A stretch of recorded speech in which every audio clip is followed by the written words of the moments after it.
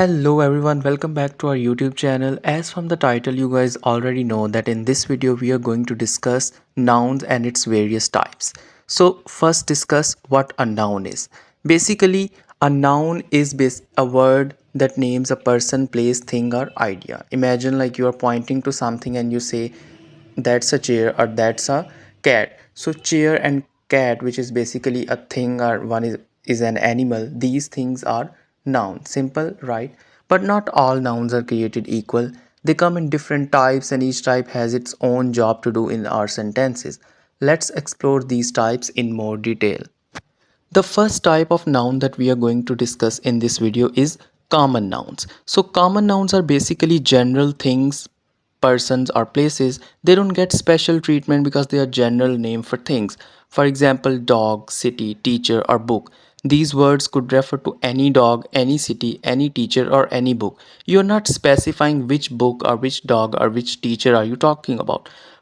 For example, if I say the dog is barking, I could be talking about any dog. It's not a specific dog, just a general one. So basically, in common nouns, we do not specify things and it's all about general stuff. Another important thing about common nouns is that they are always written in lower cases unless they start a sentence. So you will always start writing a common noun with small letter and not a capital letter until and unless a common noun comes at the beginning of the sentence. If it comes in the beginning of the sentence, only then you can write it in capital letters. The next type of pronoun that we are going to discuss in this video is proper noun. Proper nouns are like the VIPs. They name specific people, places or things. So basically you can say that they are completely opposite to common nouns. Whereas in common nouns we were talking about general person, places or things. In common nouns those general things become specific. They always start with a capital letter which makes them easy to spot. Think of names like Sarah, Paris, or Toyota. Each of this is one of a kind in its own category. For example, if I say I'm going to Paris, you know I'm talking about that famous city in France, not just any city. So even the days of the week and months of the year are proper nouns like Monday, January. You always write them with capital letters. They are specific times, so they get capitalized. In short, they're like common nouns but opposite at the same time. You just make the general thing into something specific and you get a proper noun. The third type of noun that we are going to discuss is concrete noun. Concrete nouns are the ones you can experience with your senses. If you can see, touch, hear, smell, or taste it, it's concrete.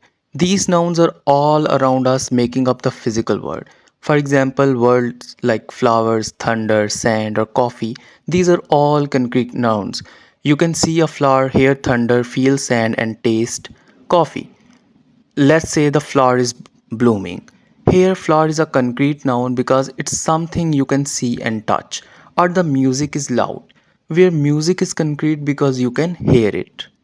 In short, any type of noun that appeals to any five of your senses, they can be termed as concrete nouns. And the next type of nouns, and it's my personal favorite one, it's abstract nouns. Abstract nouns are a bit trickier because they represent things you can't touch or see directly. They're all about ideas, feelings, qualities, or concepts, things like freedom, bravery, or friendship.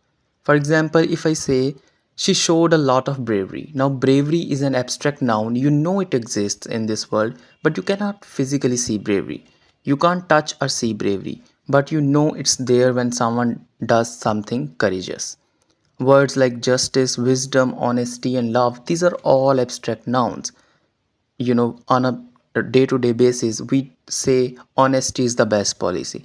Now, no one has seen honesty, no one knows how it looks like. It's just something that you know exists, it's just something that you can feel.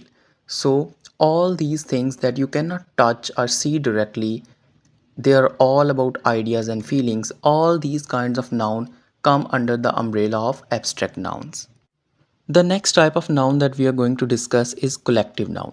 Basically, as the word represents collective, which means a noun which has a collection of something. Collective nouns might seem singular, but they represent a group or collection of individuals or things. For instance, a team, a flock, a committee, or a family.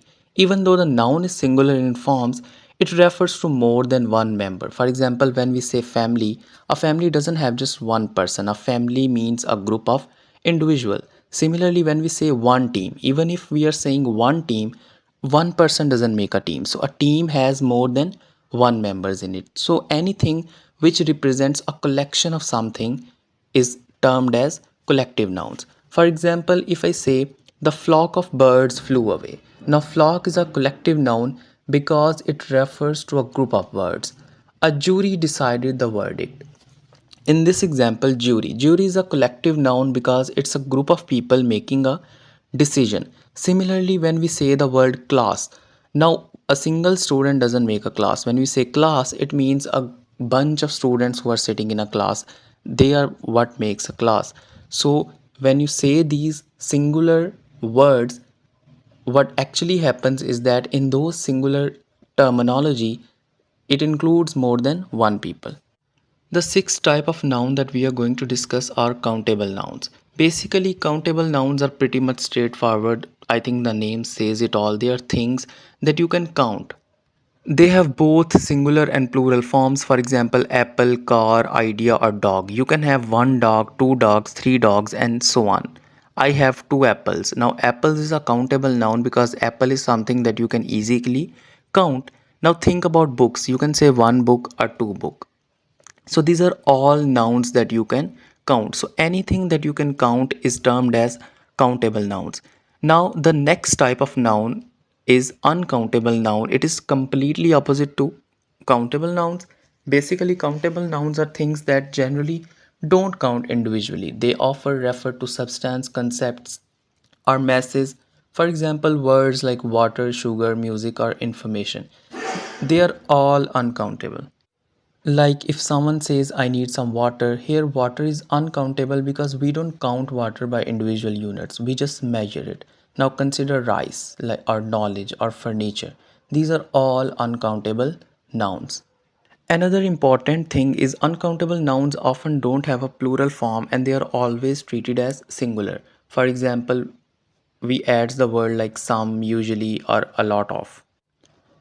The last type of noun that we are going to discuss in this video is compound noun. Compound nouns are created when two or more words come together to form a singular noun. These words can be combined in different ways as one word, as separate words, or with a hyphen. For example, toothpaste is a compound noun because it is made up of tooth and paste combined into one word. Similarly, ice cream. Now, ice is a different word and cream is a different word. Combined, they make ice cream. The meaning of compound noun often comes from the combination of two words. For instance, a blackboard is a board that's black, and a bookstore is a store that sells books. So there you have it, a deep dive into different types of noun. Each type plays its own role in language, helping us to express ourselves clearly and accurately. Nouns are like the glue that holds our sentences together. So understanding them is the key to mastering English. That's all for this video. I hope you guys like it, and if you do, please don't forget to like, share and comment below your suggestions for our next video. Till then, take care and we'll be back with our next video very soon.